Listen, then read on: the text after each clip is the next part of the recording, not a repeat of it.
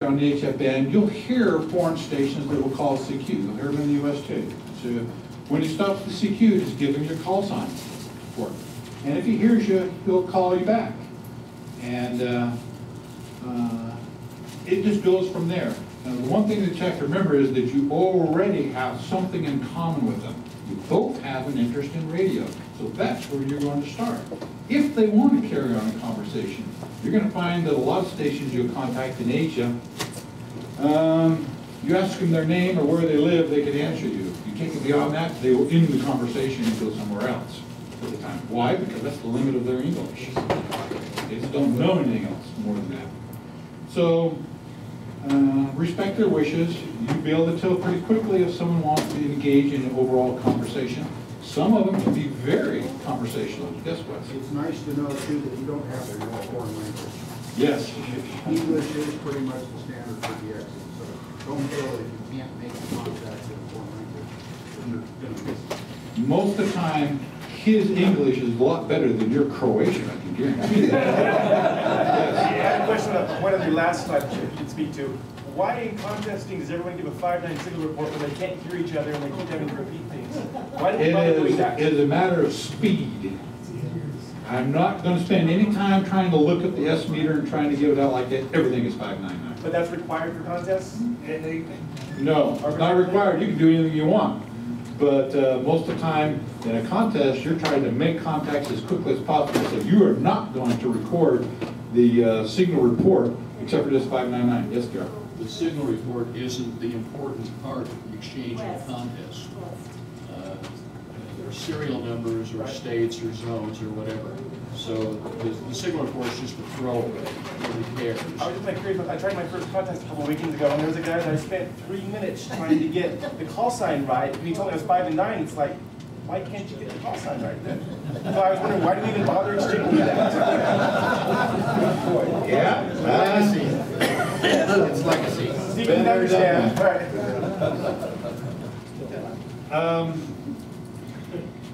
There are, I found that most of the ham radio operators, even in very remote places in the world, their English and grasp of English is amazing. I've talked with my first contacts into Mongolia. I was so excited to make a contact in Mongolia. I told him my name and stuff like that, and he asked me where I lived. I was taken so back that I could hardly answer the guy. But his grasp of English was amazing. And so you'll find that a lot of them, they have made so many contacts over the years in so many different places of the world that they're out of the mode of just making the contact to a new state or new county or whatever like that. They want to know you. They want to know all about you. They want to know your profession. What do you do for a living? And you will develop some amazing friendships. Bert Rohit, good friend of mine, DL7PR, lives in the Black Forest in Germany. He's been over here at my house.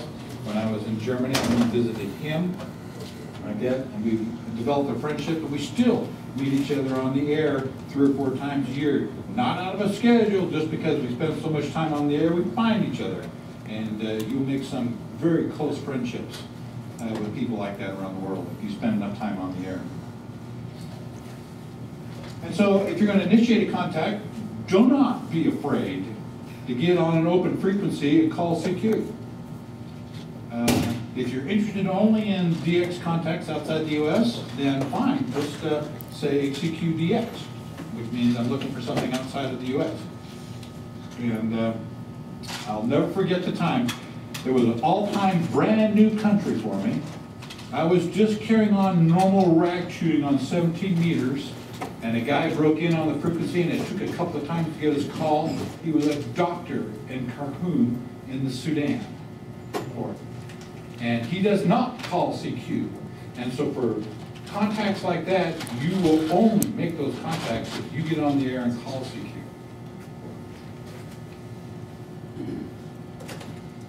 Don't forget to do a lot of listening too.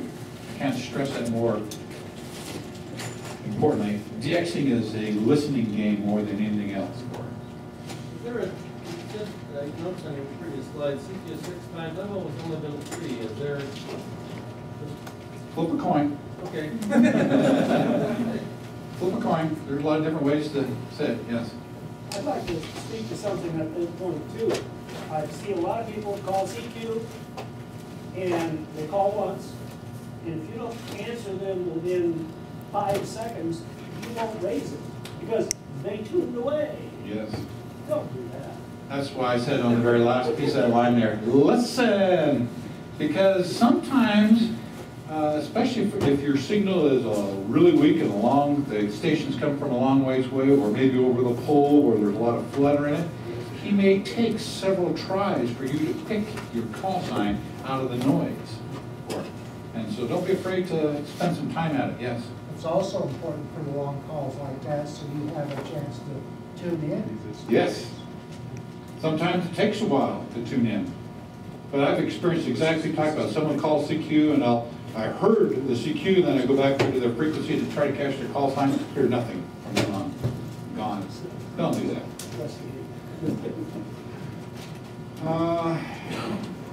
Working split. Almost all the time, if it's a de-expedition that's out there with a lot of stations trying to contact them, they will work split. And you're going to hear some clues that they would typically give as to indicate that they are not listening on their transmit frequency. They're listening someplace else for it.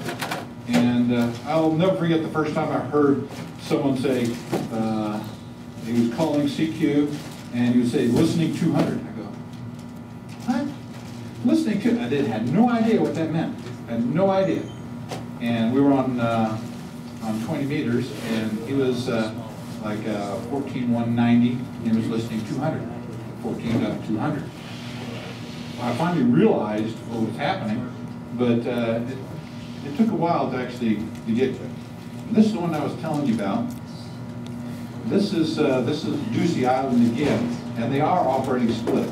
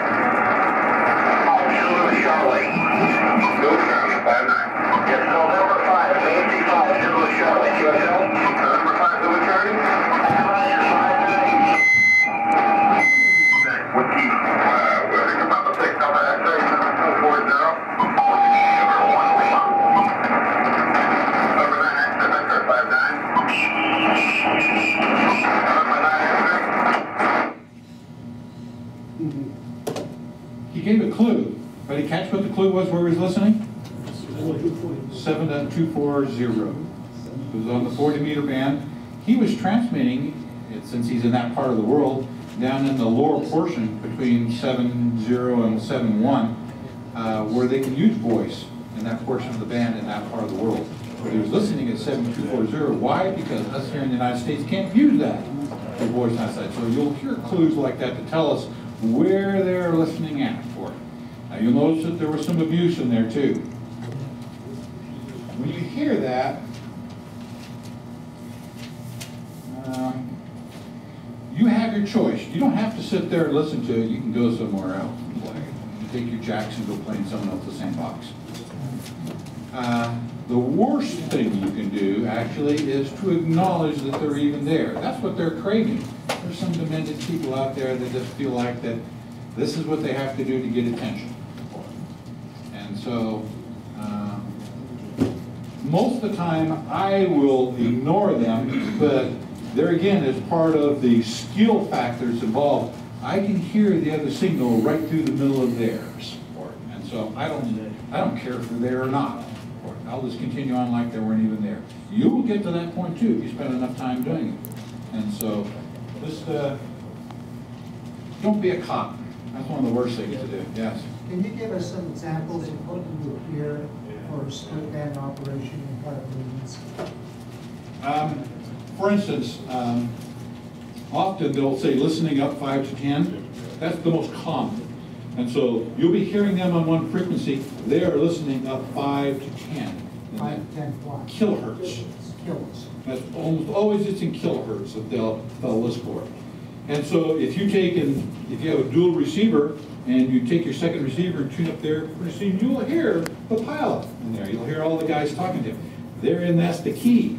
Once you start listening to both sides of the conversation at the same time, you'll hear the station that he's contacting, and you'll know what frequency is on, so you're the next in line to make the contact. It's a game. It's a challenge, and it's a game. And you learn how to play that game for it. Yes? How do you feel about when you hear somebody calling him on his frequency, jumping on, saying he's listening up and something like that? That's tempting. It is really tempting, and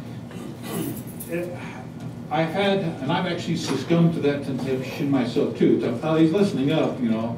I usually try to say it courteously so that it's not the blatant, "You idiot, he's not listening here," you know, that you hear people use. But I will always try to not do that until after such time that a number of people have actually said that. It could be that he didn't hear them for one reason or another. And so if it's going to make or break your contact, I will probably tell him that he's not listening here. But if I can hear the DX station through his noise, then I'll just ignore it. So those of us with older, simpler radios, so when we hear they're doing that, we should take note of the frequency you're hearing them on, run up that amount to where everybody else is piling up, and then like use your clarifier to back down to the receiver he's at? Actually, almost all rigs have an AV VFO, and so you'll switch to the VVFO and listen on that.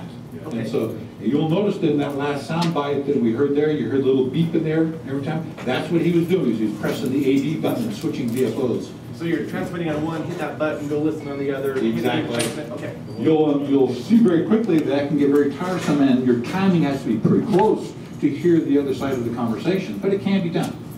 I started out that way. I soon realized that a second receiver is very valuable in those environments. Of course, the important thing is to have some fun. Okay, let's talk a little bit about QSL cards. How much time do we have anyway? Are we out? 20 more minutes? Okay. Good. You're going to want to spend some time. I said, I have like 3,000 QSL cards that I've received from DX stations all over the world. Here's just a sample of them. And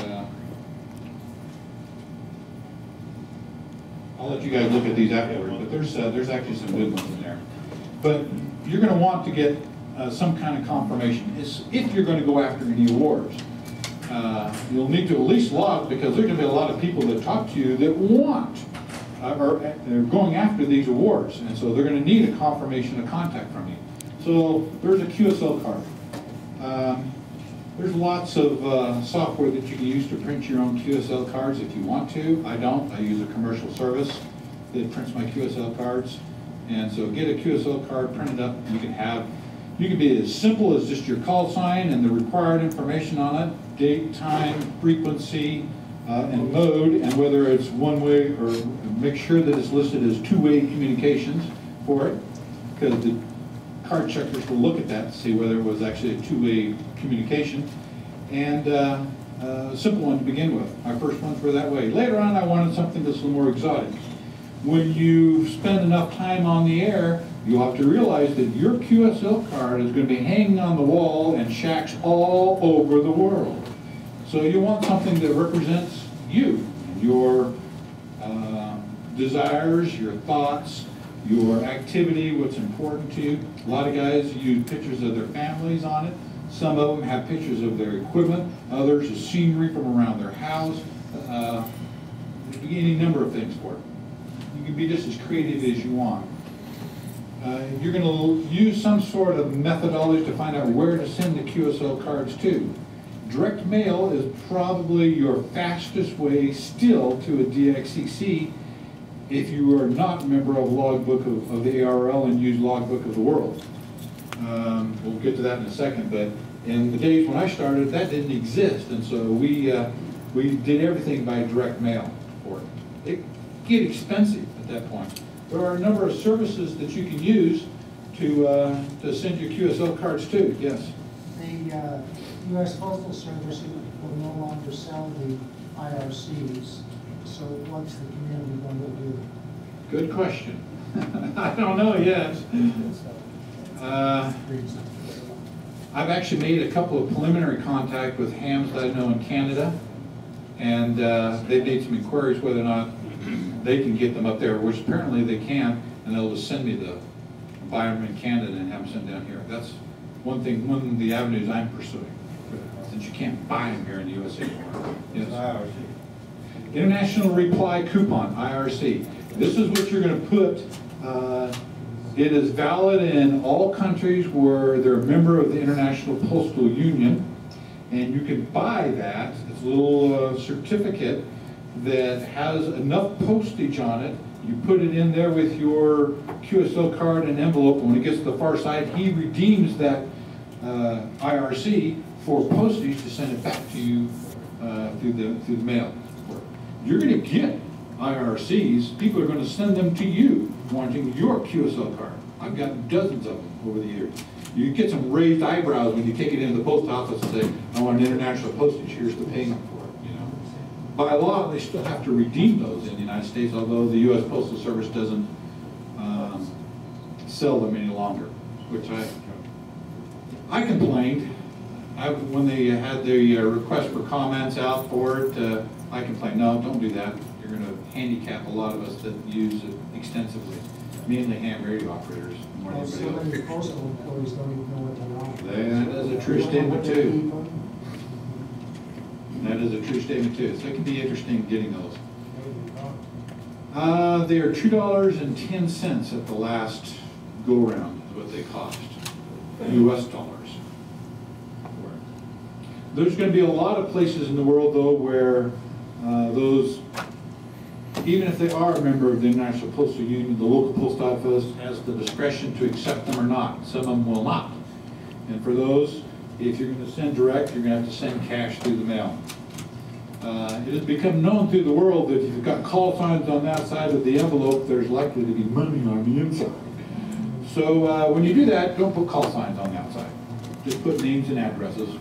You'll be a lot more efficient. Some of them, like if you go to QRZ.com and you look up a foreign station's address is sent to, he'll say, I can only do direct mailings. There is no bureau here where we can send QSL cards to. Direct is the only way you can do it. If you send it to me, put it in a registered mail envelope and register it. That way the money will get here for it. EY8MM is case in point. You'll hear him on the air a lot. He's a very active ham. But there is no bureau in Moldavia, and you'll need some money to pay for the postage back, and it won't get there unless you register. It's an expensive QSL card. It costs you about $10 to get it there, just for the postage for registration and postage to get it there. But that's the way to do it. The bureau. The QSL bureau is probably your cheapest way to do it, although it is not serviced by cannot do every country. Out on the website at the ARL, the list of countries they can service. Expect long delays, sometimes in excess of 2 years to get replies back. The longest one that I had, in fact the card is in this stack here, it's from Reunion Island. The contact was made in 2001. I got the card February last year. It took 11 years to get back. But it gets there, sooner or later. Sometimes later than sooner.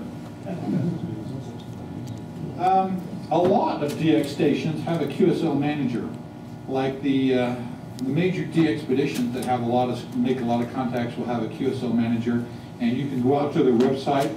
You can use PayPal to pay for the postage back, and you don't even have to send them a card. You just fill out the form, these are the contacts I made, and they'll put together the QSL card and mail it back to you. You don't even need one.